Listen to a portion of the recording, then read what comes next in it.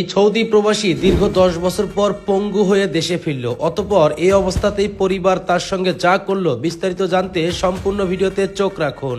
বাসায় কেউ আছেন? বাসায় কেউ আছেন? দরজাটা খুলেন। আরে কে কে আপনি?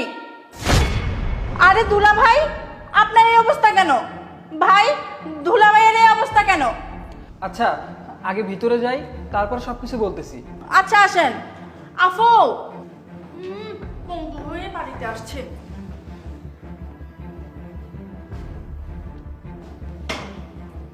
আপু আপু আপু এদিকে আয়, দেখে যা। কি হয়েছে তোর? সাজ্জাদ, কি হয়েছে তোমার? তোমার এই অবস্থা কেন? ভাইয়া, ওর এরকম অবস্থা কেন? হাতে মাথায় ব্যান্ডেজ, কি হয়েছে ওর? আসলে সে অনেক কথা ভাবি। একটা সাইনবোর্ড লাগাতে গিয়ে দোতলা থেকে নিচে পড়ে যায়। তারপর মাথায় অনেক ব্যথা পায়, পায়েও অনেক ব্যথা, ঠিকমতো দাঁড়াতে পারছে না। হাতে মাথায় অনেক ব্যথা পেয়েছে, তাই এই অবস্থা। এই, উনি এসব কি বলতেছে? উনি যা বলতেছে এগুলো কি সত্যি? হ্যাঁ তাবিন, জিশান যা বলছে সব কথা সত্যি।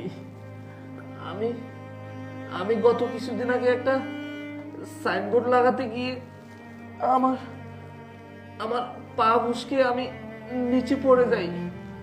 আমি আমি সোজা হয়ে দাঁড়াইতেও পারি না। আমার পা পা পুরা মচকে যায়, আর এই হাতটা আমার ভেঙে যায়। আমি কোনোভাবে তোমার সাথে যোগাযোগ করতে পারি নাই। আমি আমি খুব অসুস্থ হয়ে পড়ি। এই জিশান যদি আমার পাশে না রাখতো, আমার হয়তো দেশে আসা আর হতো না। আমার খুব কষ্ট হচ্ছে তাবিন, খুব কষ্ট হচ্ছে। আমি আমি একেবারে চলে আসছি তাবিন, আমি একেবারে দেশে চলে আসছি। আমাকে আমাকে ভালোভাবে চিকিৎসা করতে হবে, ভালোভাবে ডাক্তার দেখাতে হবে তাবিন। আমি আমার খুব কষ্ট হচ্ছে তাবিন, খুব কষ্ট হচ্ছে আমার। তোমার অনেক কষ্ট হচ্ছে তাই না? আমি বুঝতে পারছি। দেখো, তুমি সুস্থ হয়ে যাবে আগের মতো। আমি তোমার চিকিৎসা করব, তোমাকে সেবা যত্ন করে তোমাকে সুস্থ করে তুলবো আগের মতো। তোমার কিচ্ছু হবে না।